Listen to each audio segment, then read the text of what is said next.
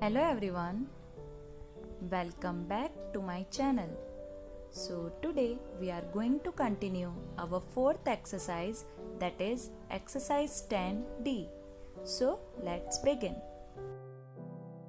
Let's come to question number 7. The diameter of two circular rings are 7 cm and 12 cm. Find the ratio of their circumferences. तो हमको question में क्या given है कि दो circular rings हैं। First circular ring का diameter है 7 सेंटीमीटर और सेकेंड सर्कुलर रिंग का डायमीटर है 12 centimetre and we have to find the ratio of their circumferences. इन दोनों सर्कुलर रिंग का जो सर्कमफ्रेंस निकलेगा उन दोनों सर्कमफ्रेंस का हमको रेशियो फाइंड करना है, राइट। अब रेशियो हमने सीखा था 6th स्टैंडर्ड में। रेशियो क्या होता है? फॉर एग्जाम्पल कि हमारे पास एक बाउल में 10 चॉकलेट्स हैं, ओके। उस 10 चॉकलेट्स में से आपने 2 चॉकलेट्स ले ली। कितनी चॉकलेट्स ले ली? 2 चॉकलेट्स।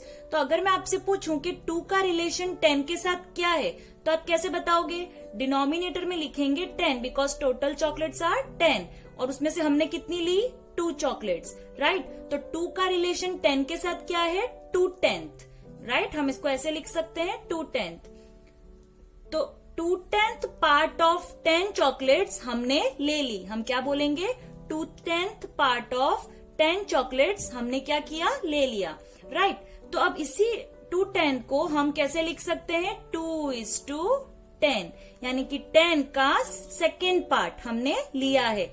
ऐसे ही हमें इन दोनों के सर्कमफ्रेंस का भी रेशियो फाइंड करना है, इनको डिवाइड करके, ओके। इनको हम जब डिवाइड करेंगे तो हमें क्या मिलेगा? एक फ्रैक्शन मिलेगा और उसी फ्रैक्शन को हम इस तरीके से रेशियो में लिख सकते हैं। So ratio equals to circumference of first ring upon circumference of second ring. दोनों के सर्कमफ्रेंस को हमने अपॉन में लिख दिया, फ्रैक्शन में लिख दिया। अब सर्कमफ्रेंस का फॉर्मूला तो हमें पता ही है, दोनों के फॉर्मूला सेम ही रहेंगे, pi D upon pi D. Because diameter है तो हमने ये वाला फॉर्मूला यूज किया है, ओके। अब आप सिर्फ फर्स्ट रिंग के फॉर्मूला को देखो, पाई डी। तो पाई की वैल्यू हमने क्या ली है? 22/7, क्योंकि कुछ भी मेंशन नहीं किया गया है तो हम अपनी मर्जी से ले सकते हैं। इंटू डी, फर्स्ट रिंग का डायमीटर कौन सा है? 7, तो हमने यहाँ लिखा है 7 upon circumference of second ring. तो इसकी पाई की value again 22/7 into second ring का डायमीटर 12, ओके। तो दोनों के फॉर्मूला हमने पुट कर लिए। अब क्या करना है देखो, अब आप सिर्फ न्यूमरेटर को ऑब्जर्व करो। इसमें देखो ये कटिंग हो रही है, 7 1 जा 7, 7 1 जा 7, 7 7 कट हो गया तो क्या बचा? 22। So in numerator it will come 22। अब डिनोमिनेटर में देखो कटिंग तो पॉसिबल है नहीं, तो हम क्या करेंगे? इसके नीचे 1 पुट कर लेते हैं। अब न्यूमरेटर्स आपस में मल्टीप्लाई और डिनोमिनेटर्स आपस में मल्टीप्लाई। सो 22 इंटू 12 मैंने साथ में लिख दिया एंड 7 इंटू 1 7। अगर आप इसे ऑब्जर्व करेंगे तो आप देखो न्यूमरेटर में एक सिंगल नंबर है और डिनोमिनेटर में आपको एक फ्रैक्शन दिख रहा होगा ये, राइट।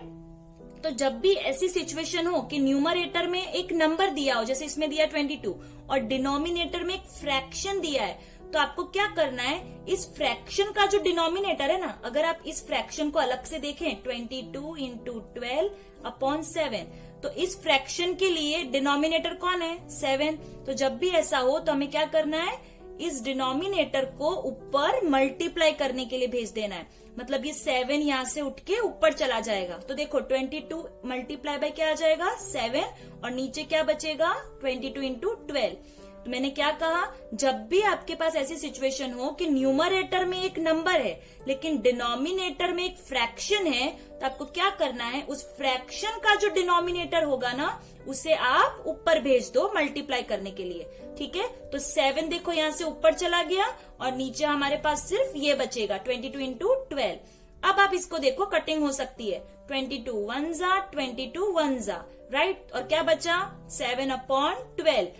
तो हम इसको रेशियो में लिख सकते हैं 7:12, ओके। तो ये हमें क्या रिप्रेजेंट कर रहा है कि जो फर्स्ट सर्कमफ्रेंस है वो सेकेंड सर्कमफ्रेंस का क्या है? 7th पार्ट है, ओके। ये हमारा फर्स्ट सर्कमफ्रेंस का नंबर है और ये सेकेंड सर्कमफ्रेंस का।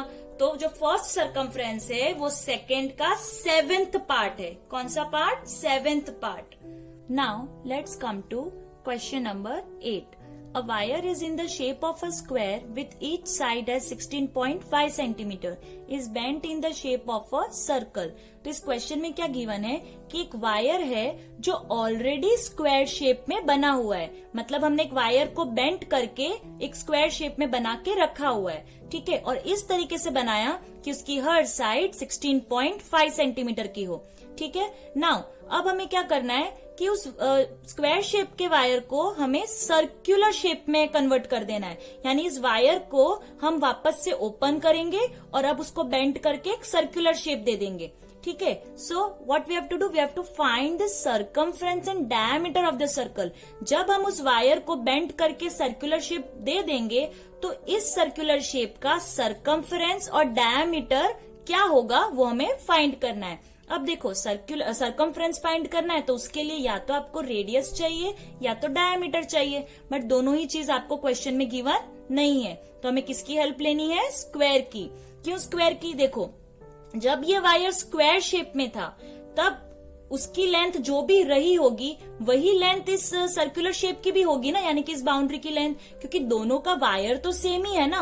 तो हम क्या कर सकते हैं, हम अगर इस स्क्वायर शेप की लेंथ फाइंड कर लें, इसकी लेंथ यानी इसका पेरीमीटर, अगर हमें इसका पेरीमीटर पता चल जाए तो वही पेरीमीटर का आंसर इसके सर्कमफ्रेंस का आंसर होगा, क्योंकि दोनों का वायर तो सेम ही था तो लेंथ भी सेम ही होगी, right. So that's why we have found perimeter of square equals to 4 into side. So 4 into side is 16.5 centimetre, तो इसको आप मल्टीप्लाई करोगे सो यू विल गेट 66 सेंटीमीटर, ठीक है। यानी कि जब ये वायर स्क्वायर शेप में था तो इसकी बाउंड्री की लेंथ कितनी थी, 66 सेंटीमीटर, यानी कि ये वायर की लेंथ है। सो मैं यहां लिख देती हूँ लेंथ ऑफ वायर, ओके।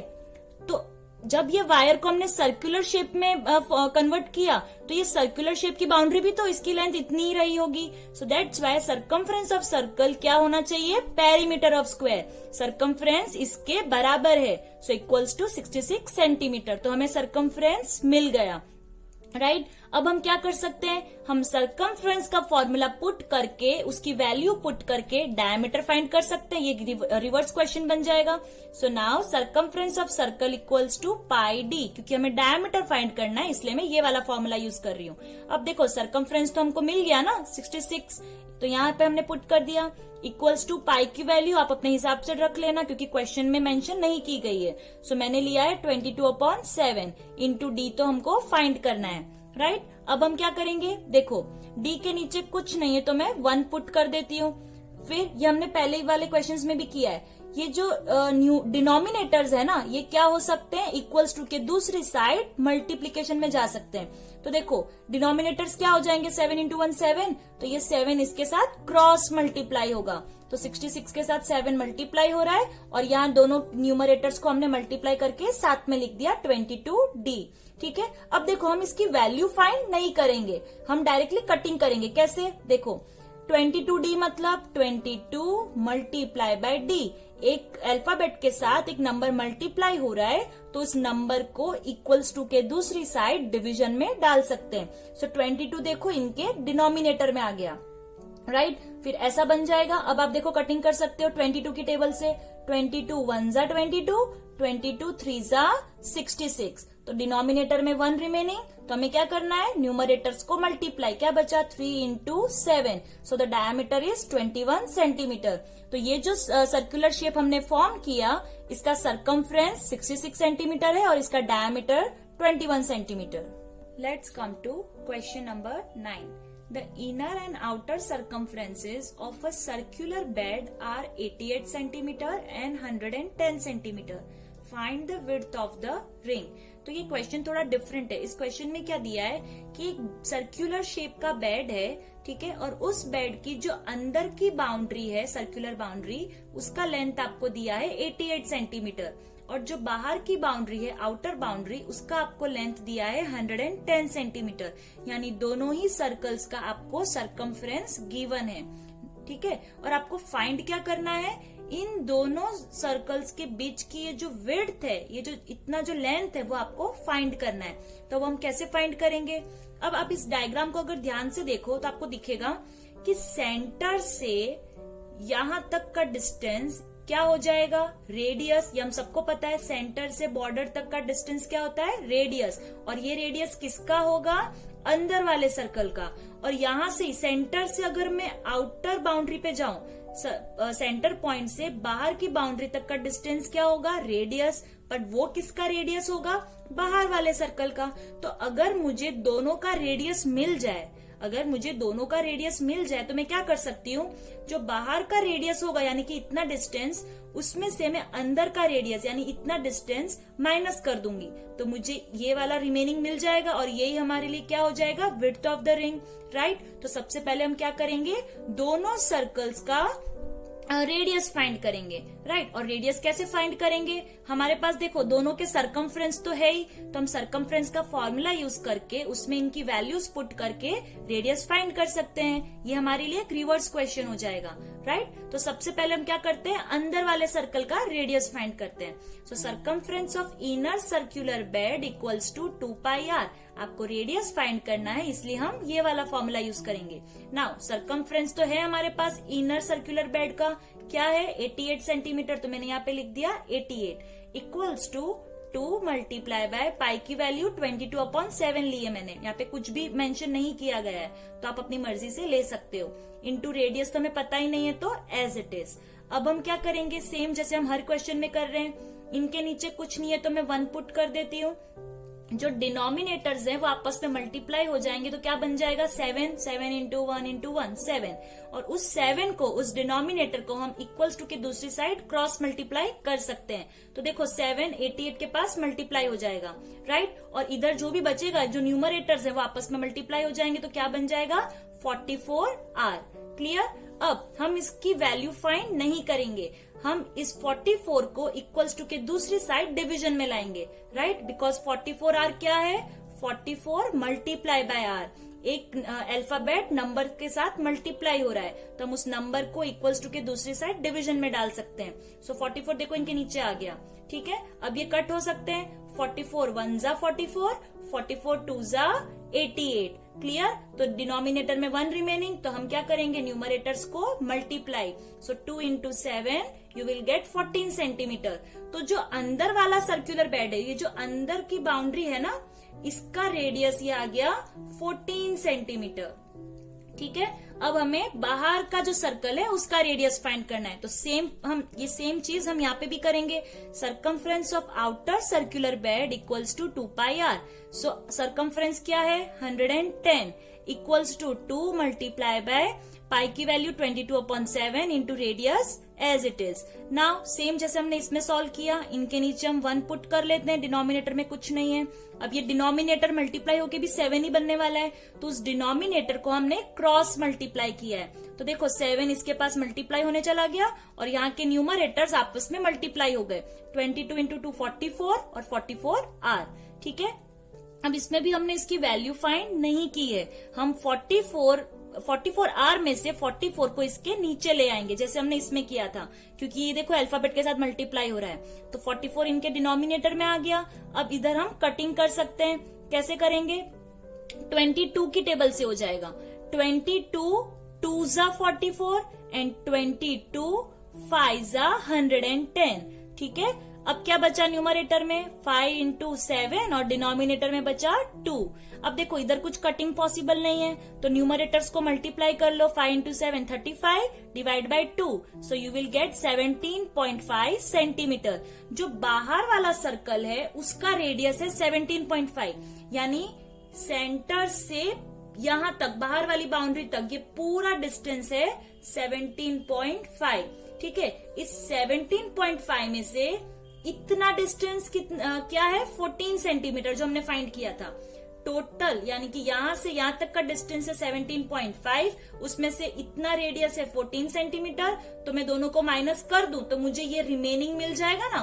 सो देखो विड्थ क्या हो जाएगी, radius of outer circular bed minus radius of inner circular bed, क्योंकि देखो ये रेडियस टोटल रेडियस होगा यहां से यहां तक, क्योंकि ये सेंटर से बाहर बाउंड्री तक जा रहा है। सो 17.5 में से माइनस इतना डिस्टेंस 14 सेंटीमीटर, सो आपको मिलेगा 3.5 सेंटीमीटर। ये जो एक्स्ट्रा है ना, ये हमको मिल जाएगा width 3.5 centimetre. Let's come to Question number 10. Kritika had a wire in the shape of a circle of radius 4 centimeter. Kritika के पास एक वायर है जिसको उसने कौन से शेप में कन्वर्ट करके रखा है, सर्कुलर शेप में. मीन्स उसने एक वायर को बेंड करके एक सर्कुलर शेप फॉर्म कर दिया है और उस सर्कुलर शेप का जो रेडियस है वो है 4 centimetre. She wanted to bend the same wire in the shape of a square of side 5 centimeter. अब शायद उसको ये सर्कुलर शेप पसंद नहीं आया होगा तो उसने सोचा मैं इस वायर को अब स्क्वायर शेप में कन्वर्ट कर देती हूँ. और उसको स्क्वायर शेप भी कैसा चाहिए, जिसकी हर साइड 5 सेंटीमीटर की हो. Right. So will she be able to do so? Justify your answer. हमसे क्या पूछा गया है कि चेक करके बताओ कि क्या वो ऐसा कर पाएगी, क्या वो इस सर्कुलर शेप से स्क्वायर शेप बना पाएगी. राइट. तो अब हम ये कैसे चेक करेंगे? सबसे पहले हम सरकमफ्रेंस ऑफ सर्कल फाइंड करेंगे. क्यों सरकमफ्रेंस? क्योंकि देखो ये सर्कुलर शेप तो ऑलरेडी उसके पास था, तो अगर हम इसका सरकमफ्रेंस फाइंड कर ले यानी कि इस बाउंड्री की लेंथ फाइंड कर लें तो हमें उससे ये पता चल जाएगा कि एक्चुअली में उसके पास वायर की टोटल लेंथ कितनी है, उसके पास कितनी लेंथ का वायर है. Right. So circumference of circle equals to 2 pi R. क्यों हम ये फॉर्मूला यूज कर रहे हैं? बिकॉज इसमें हमको रेडियस गिवन है. सो 2 इंटू पाई की वैल्यू 3.14 इंटू 4. मैंने यहाँ पे पाई की वैल्यू 3.14 इसलिए ली है बिकॉज अगर हम 22/7 लेते तो देखो ये 7 से कटिंग पॉसिबल नहीं होती, इसलिए मैंने 3.14 यूज किया है. And radius 4. Now we will multiply this, so you will get 25.12 centimetre. Right. यानी कि कृतिका के पास में जो वायर है उसकी टोटल लेंथ है 25.12. ये हो गई वायर की टोटल लेंथ. ठीक है. मतलब उसको अब जो भी शेप बनाना हो, चाहे स्क्वायर या कुछ भी, तो उसके पास वायर तो इतना ही है, इतनी लेंथ का ही वायर है. राइट. सो अब हम क्या करेंगे, हम स्क्वायर शेप का पेरीमीटर निकालेंगे. क्यों पेरीमीटर? उससे हमें ये पता चल जाएगा कि जब वो स्क्वायर शेप बनाएगी तो तब उसको वायर की कितनी जरूरत पड़ेगी, मतलब उसको वायर कितनी लेंथ का चाहिए. So perimeter of square equals to 4 into side. So 4 into side is 5 centimetre. So you will get 20 centimetre. यानी कि अगर उसको स्क्वायर शेप में कन्वर्ट करना है तो उसको कितनी लेंथ का वायर चाहिए? 20 सेंटीमीटर का वायर. लेकिन उसके पास ऑलरेडी है कितना? 25.12. राइट. उसको स्क्वायर शेप बनाने के लिए सिर्फ 20 सेंटीमीटर जितना वायर चाहिए, लेकिन उसके पास तो 25.12 सेंटीमीटर का वायर है. राइट. यानी कि उसके पास तो ज्यादा है ना, तो वो आराम से ये 20 सेंटीमीटर का स्क्वायर शेप बना सकती है. राइट. सो हम लिखेंगे यस. यस मतलब कि यस वो कर पाएगी, वो सर्कुलर शेप से स्क्वायर शेप में कन्वर्ट कर पाएगी. बिकॉज सरकमफ्रेंस ऑफ सर्कल यानी कि this one is more than perimeter of square. जो सरकमफ्रेंस है वो पेरीमीटर से ज्यादा है, उसकी जो टोटल लेंथ है वायर की वो इस लेंथ से ज्यादा है. Now there is question number 11. लेकिन ये क्वेश्चन 11 एरिया के ऊपर बेस्ड है. राइट. और अभी तक हमने एरिया नहीं सीखा है. So we will learn about area in our next part, that is part 5. तो हम क्वेश्चन 11 भी पार्ट 5 में ही कवर कर लेंगे. Let's come to the last question of this exercise, that is question 12. A 7 meter wide road runs around a circular park whose circumference is 176 meter. तो इस question में क्या गिवन है? एक सर्कुलर शेप का पार्क है जिसका सरकमफ्रेंस यानी कि इस पार्क की ये जो बाउंड्री है उसका लेंथ आपको गिवन है 176 मीटर. और इस पार्क के अराउंड यानी कि चारों तरफ एक रोड पास हो रही है और वो रोड इसके कितने डिस्टेंस पे है? 7 मीटर के डिस्टेंस पे. मतलब इस पार्क की बाउंड्री और इस रोड की बाउंड्री के बीच में डिस्टेंस कितना है? 7 metre. Now what you have to do? You have to find the cost of fencing the outer boundary of the road at the rate of ₹21 per meter. आपको find क्या करना है? Cost find करना है. और किसका cost? Fencing the outer boundary. ये जो बाहर की बाउंड्री है इसको आपको फेंस करवाना है, तो फेंस करवाने का कितना कॉस्ट होगा वो आपको फाइंड करना है. राइट. अब आप देखो, आपको फाइंड करना है कॉस्ट. राइट. लेकिन कॉस्ट कैसे फाइंड करोगे? जब आपको इस आउटर बाउंड्री की लेंथ पता चल जाएगी तब आप कॉस्ट निकाल सकते हो. और आउटर बाउंड्री की लेंथ को हम क्या बोलते हैं? सरकमफ्रेंस. राइट. तो कॉस्ट निकालने के लिए सबसे पहले आपको सरकमफ्रेंस पता होना चाहिए आउटर बाउंड्री का, राइट। और सरकमफ्रेंस फाइंड करने के लिए आपको क्या पता होना चाहिए, उस आउटर बाउंड्री का रेडियस या तो फिर डायामीटर, राइट। बट क्या आपके पास रेडियस या डायामीटर है आउटर बाउंड्री का?